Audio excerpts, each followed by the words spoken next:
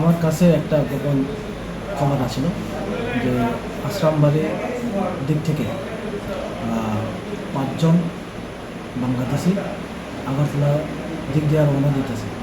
তো এই খবর পাওয়ার লগের সঙ্গে সঙ্গে আমি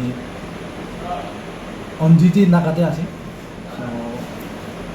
নাকাতে গাড়ি তারে স্টপ করছে। নাকাটা কোন জায়গার ছিল স্যার?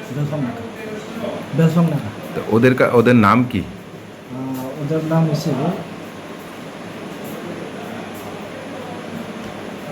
বাবলু দাস, লুতন দাস, পঙ্কজ সরকার, নিকলু সরকার আর রূপন দাস। বাড়ি কোথায় তাদের? তার বাড়ির খাদিরপুর, খালিজোড়া, মেট্রো করা। এরা এই যে ধরার পরে ওরা কোথায় যাওয়ার উদ্দেশ্য ছিল ওদের? শান্তির বাজার, মরিপুর। প্রাথমিকভাবে কি বলেছে ওরা, কেন এসেছে ভারতে? তারা এখন কিছু তো বলেনি, এখন ইনভেস্টিগেশন চলছে।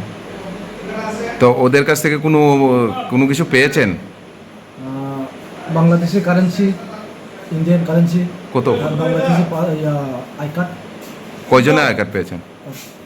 2 জনে। তো বাংলাদেশি কারেন্সি কত ছিল স্যার? বাংলাদেশি কারেন্সি আছে 360 টাকা। আর ইন্ডিয়ান কারেন্সি? ইন্ডিয়ান কারেন্সি আছে 3645। ওরা কি বাংলাদেশি কারেন্সি 3060 রুপিস। ওরা কি আজকে আসামবাড়ি এসেছিল না আগেই এসেছিল?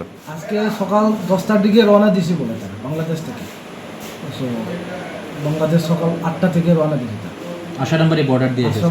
আশ্রামবাড়ি বর্ডার দিক দিয়ে। এখন কি আপনারা খোয়াই থানার হাতে হ্যান্ড ওভার করেছেন? হয়তো হ্যান্ড ওভার করছে। Thank you.